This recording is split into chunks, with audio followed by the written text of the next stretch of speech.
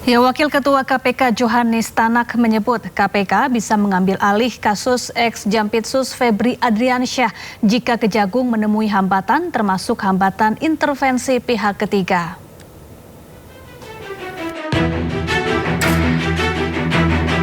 KPK buka suara terkait saran sejumlah pihak agar Komisi Anti Rasuah itu mengambil alih kasus yang menjerat ex-Jampitsus Febri Adriansyah.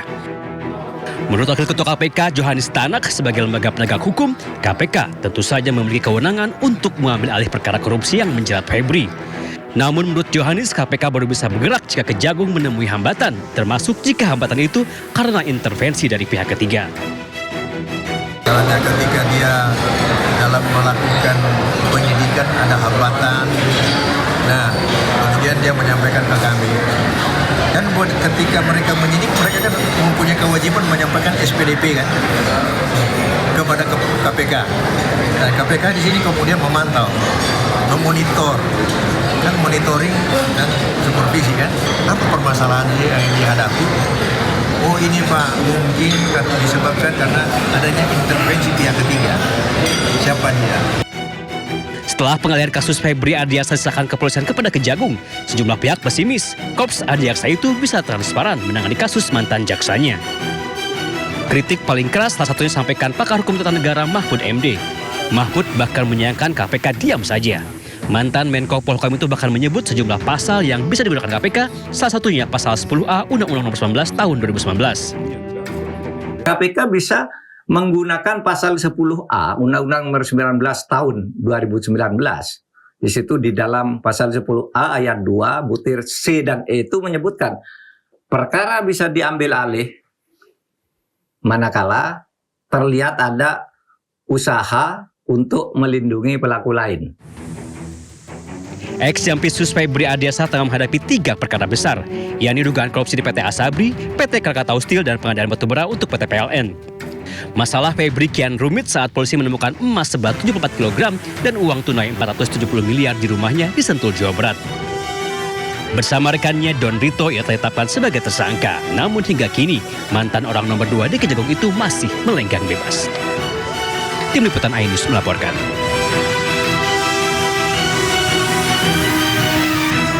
Ya pemirsa, ada kejanggalan dalam laporan harta kekayaan penyelenggara negara atau LHKPN. Ya, ex-Jampitsus Febri Adriansyah yang menjadi tersangka dalam dugaan korupsi dan TPPU hanya tertera 18,26 miliar rupiah.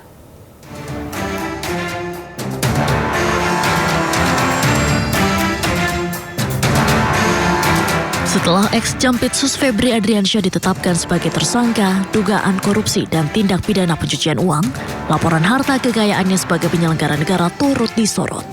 Febri Adriansyah melaporkan harta kekayaannya per 31 Desember 2025.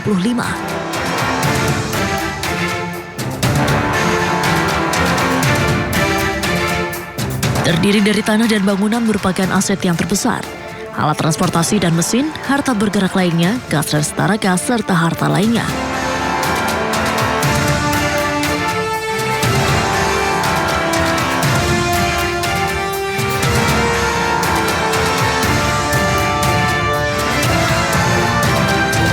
Febri tidak punya utang, sehingga total harta yang dilaporkan hanya 18,26 miliar rupiah.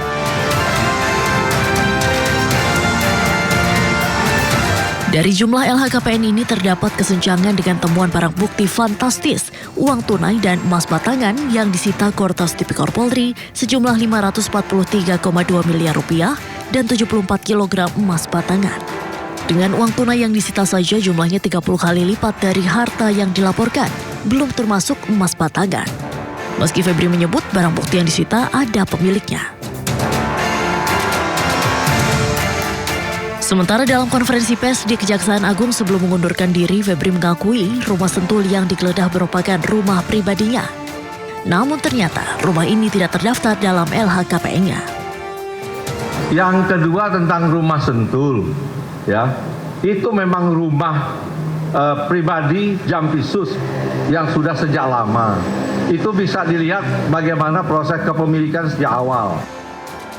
Pada pelaporan berkala terdapat kenaikan kekayaan setelah menjabat sebagai Jampitsus dari tahun 2022 sebesar 6,3 miliar rupiah menjadi 18,26 miliar rupiah di 2023. Namun tahun 2024 dan 2025 hartanya tidak terdapat perubahan, tetap 18,26 miliar rupiah.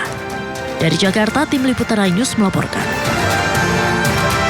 Dan pemirsa, polisi menggagalkan peredaran 60 paket sabu di Kabupaten Kolaka, Sulawesi Tenggara. Gerak-gerik pengemudi mencurigakan karena tinggalkan mobil dalam kondisi mati mesin.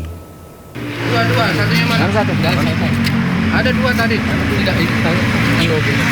Iya, satunya mana? Ada. Satres Narkoba Polres Kolaka menyita 60 paket sabu seberat 3 kg di bagasi mobil yang dikendarai pria warga Kabupaten Bone, Sulawesi Selatan. Penangkapan bermula saat warga menemukan sebuah mobil terparkir di persimpangan lampu merah Jalan Pahlawan, Kabupaten Kolaka, tanpa pengemudi sehingga mengganggu arus lalu lintas. Personel Polsek Kolaka bersama warga kemudian mendorong mobil tersebut ke Mapolsek untuk diamankan. Hasil penyelidikan mengungkap mobil tersebut mati mesin setelah sistem GPS pada kendaraan rental dinonaktifkan karena pengguna membawa mobil melebihi batas wilayah sesuai perjanjian rental yang hanya diizinkan hingga Kota Palopo.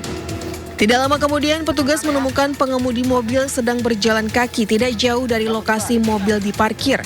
Personil Polsek Kolaka berkoordinasi dengan Satres Narkoba untuk melakukan penggeledahan hingga akhirnya menemukan puluhan paket sabu di dalam bagasi mobil. Berhasil menemukan pelaku dan langsung dibawa ke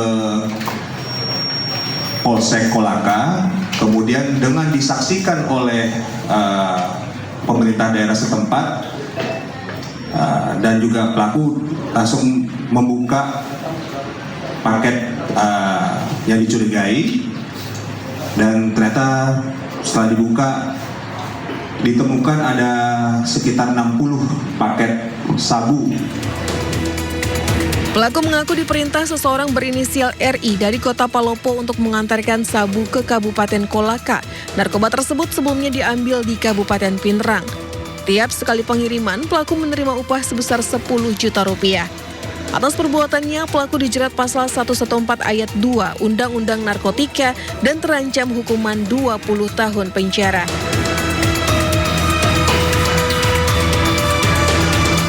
Informasi lainnya, pemirsa, tim DVI Bidokes Polda Sulawesi Selatan kembali berhasil mengidentifikasi seorang korban tenggelamnya kapal KM Nurul Salsa pada Jumat malam. Ya, usai diidentifikasi, korban langsung diserahkan ke pihak keluarga. Satu kantong jenazah korban kapal tenggelam KM Nurul Salsa yang ditemukan berhasil teridentifikasi oleh tim DVI Bidokes Polda Sulawesi Selatan kurang dari 12 jam. Korban diketahui bernama Hasbi, berjenis kelamin laki-laki, warga desa Minasa, Kabupaten Kepulauan Selayar. Usai diidentifikasi, korban langsung diserah terimakan ke pihak keluarga yang diwakili Polres Kabupaten Selayar. Tim DVI gabungan telah berhasil mengidentifikasi total 3 korban dari 3 kantong jenazah yang diterima. Hingga kini petugas masih mencari 14 korban hilang. Sementara itu polisi masih terkendala kondisi para saksi untuk penyelidikan tenggelamnya kapal KM Nurul Salsa. Sebagian saksi juga merupakan korban dari kecelakaan. Ini kemudian Ketua